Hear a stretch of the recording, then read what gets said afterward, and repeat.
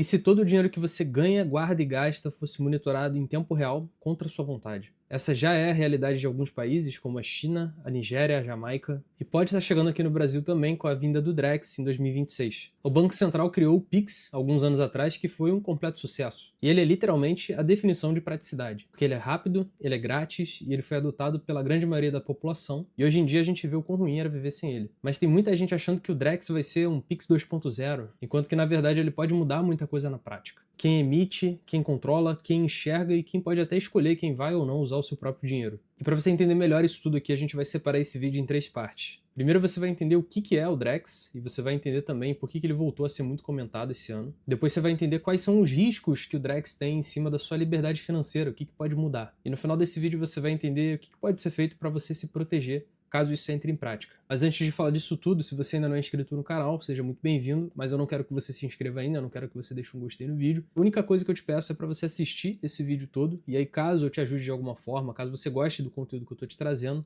aí sim eu queria que você considerasse deixar um gostei e se inscrever no canal. E se você já for inscrito aqui, você pode deixar já um gostei aqui embaixo, na confiança, porque você sabe que o conteúdo vai ser legal. Você me ajuda muito fazendo isso. Vamos lá, o Drex ele foi apresentado em 2023, mas a verdade é que esse projeto ele já foi derivado de outros projetos bem mais antigos também, lá para perto de 2020. E ao longo dos anos ele passou por várias e várias mudanças, várias atualizações, até que eles decidiram que no início de 2026 ele vai ser implementado oficialmente aqui no Brasil. Mas o que é Drex? O Drex nada mais é que uma CBDC, que significa Central Bank Digital Currency. Traduzindo para o português, é a moeda digital do Banco Central. Então, como o nome já diz, ela é a versão digital de alguma moeda de algum país, que é emitida e é controlada pelo Banco Central. E aqui no Brasil, essa moeda digital se chama Drex. E justamente esse fato do Banco Central ter o controle em cima da emissão e de outros fatores dessa moeda digital é o que tem causado tanta polêmica não só aqui no Brasil, mas também no mundo todo. A gente não sabe ainda como é que, de fato, essa CBDC, o Drex, vai ser implementada aqui no Brasil em 2026. Mas basicamente existem 2 modelos diferentes que essa implementação pode seguir. O primeiro deles é chamado de modelo de varejo, onde cada pessoa física, eu, você que está me assistindo, a gente teria que ter uma conta direta no Banco Central e esse banco seria responsável por guardar pra gente essa moeda digital. E por conta disso não seria preciso a gente usar um banco de varejo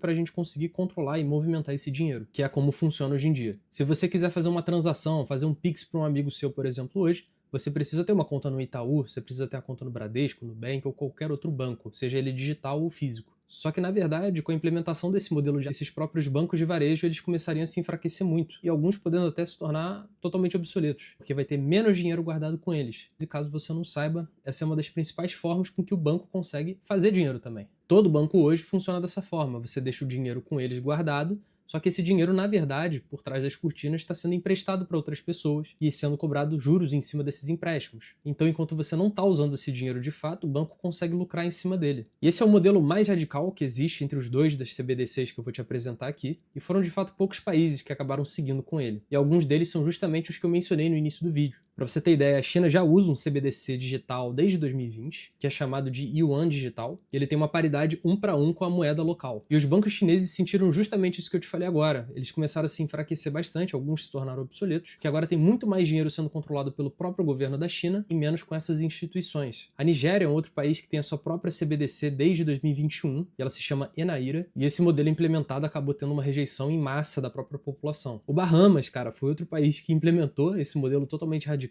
só que a coisa acabou ficando pior por lá. Porque depois de ter muita rejeição pela própria população, que nem foi o caso da Nigéria, o governo acabou obrigando que todas as transações fossem feitas usando essa moeda digital. Em outras palavras, o governo obrigou com que a população usasse a CBDC deles, que se chama $100. E aí a pergunta que fica pra gente é, será que o Drex vai ser implementado dessa forma também, com esse modelo radical? E a verdade é que a gente não tem como afirmar ao certo, na verdade ninguém sabe o que vai ser feito ainda. Tudo indica que o Drex vai ser implementado aqui no Brasil pelo modelo de atacado, que é o que eu vou te explicar daqui a pouco.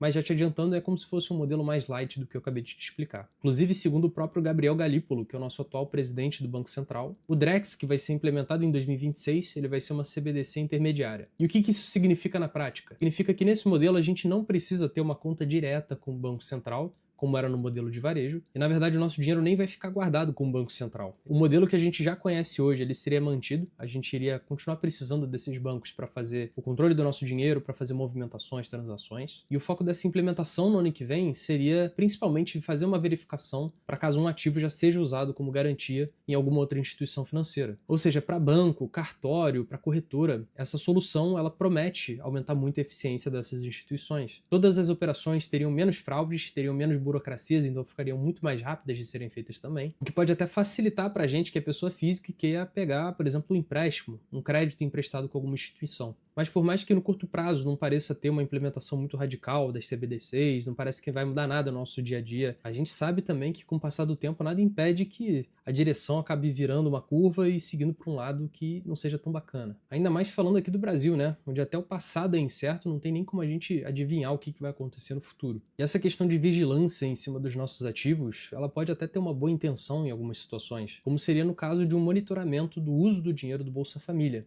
Hoje em dia, as pessoas estão usando, infelizmente, muito esse dinheiro para apostar, botando em casa de aposta, estão até apelidando aí a Bolsa Família de Bolsa Bet. E aí o governo, dessa forma, conseguiria, por exemplo, bloquear esse tipo de transação entre o dinheiro, o ativo que está do Bolsa Família, para a instituição de aposta. Mas então, se o governo acaba tendo o poder de fazer um bloqueio de transação para a pessoa usar o dinheiro que ela tem, isso significa que abriria brecha para outros bloqueios também, não necessariamente só para isso, inclusive alguns mal intencionados. E muitas vezes a discussão não é nem se as CBDCs vão ser ou não usadas com uma boa intenção, mas sim se elas deveriam ser implementadas ou não, visto que elas dariam um poder muito grande para o governo em cima do nosso dinheiro, de como a gente vai querer usar ele. E o que eu estou falando aqui não é necessariamente o que eu acho que vai acontecer no futuro, caso o Drex continue sendo implementado e com o passar dos anos ele seja, entre aspas, evoluído. Eu realmente não acho que a gente chegaria num ponto desse, mas eu acho muito importante destacar aqui as possibilidades. A gente não sabe, ainda mais vivendo aqui no Brasil, coisas bizarras podem acontecer. E dada essa situação, é bacana a gente destacar aqui algumas formas de como se proteger caso isso venha acontecer. A primeira forma seria você enviar esse seu dinheiro para fora do país. Literalmente, eu não estou falando de você, por exemplo, usar uma conta global de alguma corretora aqui no Brasil para investir na Bolsa Americana.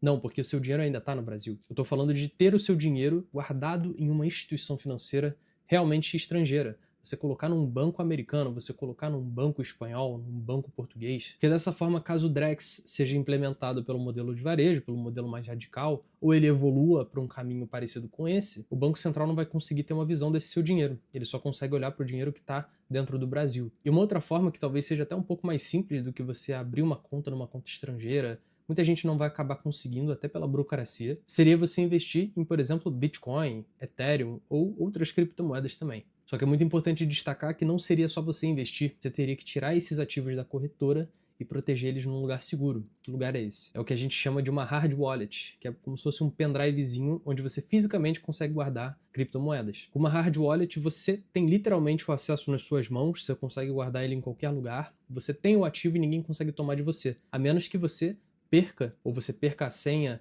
para você conseguir acessar esses ativos. Mas essa é inclusive a ideia principal das criptomoedas, que é você ter um ativo digital descentralizado. Você não tem ninguém controlando ele diretamente a não ser você, desde que você tire dessa corretora. E se você não sabe nada sobre investir em criptomoeda e queria começar a se aprofundar, eu fiz um vídeo bem básico aqui que vai te ajudar com certeza e vai te dar um norte, inclusive sobre essa questão do hard wallet. Mas deixa aqui embaixo nos comentários o que você acha de toda essa situação, você acha que vai ser implementado qual modelo, qual que você preferiria, vou ficar curioso para ler e qualquer dúvida vocês podem deixar aqui também. Se o vídeo foi bom, não deixa de se inscrever no canal e deixar um gostei aqui embaixo e eu te vejo na próxima. Valeu!